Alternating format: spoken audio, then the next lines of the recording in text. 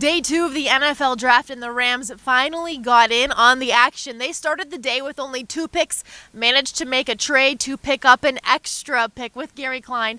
I'm Lindsay Theory for the Los Angeles Times at their training facility in Thousand Oaks. Gary, some names that we actually weren't all too familiar with either. As Rams fans, the reaction a little bit mixed on at least social media. Gerald Everett, he is a tight end from South Alabama. Kupp, a receiver from Eastern Washington, and John Johnson, a safety from Boston College.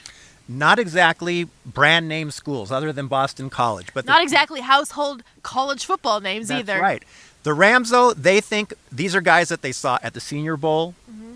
They saw them on private trips, for workouts. And they kind of fit the mold of what Sean McVay is looking for in terms of the offense. If we look back to what he did at Washington, the kinds of players he wants to be able to plug in. So it remains to be seen if players from that level of competition will rise up and be able to play in the NFL, but they certainly think they're capable. We spoke to all 3 players briefly after their picks. Of course, they're all excited. They all want to come. They all want to contribute. But coming from small schools, we did ask Sean McVay and Les Snead how likely it is they're going to contribute. And it's kind of tough, right, to judge how ready a guy is when that's the level of competition they've been facing. I think it's difficult just watching the NFL, even the guys that come out of big schools. Yeah. They're supposed to be great. When they get into an NFL training camp and they're going against vets and guys that are really hungry from those smaller schools, it's tough for everyone. So I think we just have to wait till they get here. We'll see them in rookie camp. We'll see what they have, and when they get into training camp, how exactly they might fit into this offense and defense. Maybe not the names we expected to hear, but the Rams did start addressing some definite needs that they had, especially receiver. They needed to get Jared Goff, a couple of guys that can catch a football. The secondary, they needed to start plugging some holes there, so they are taking care of some definite needs. Kupp is a guy that caught a gazillion passes, right, in college. His bio told us so.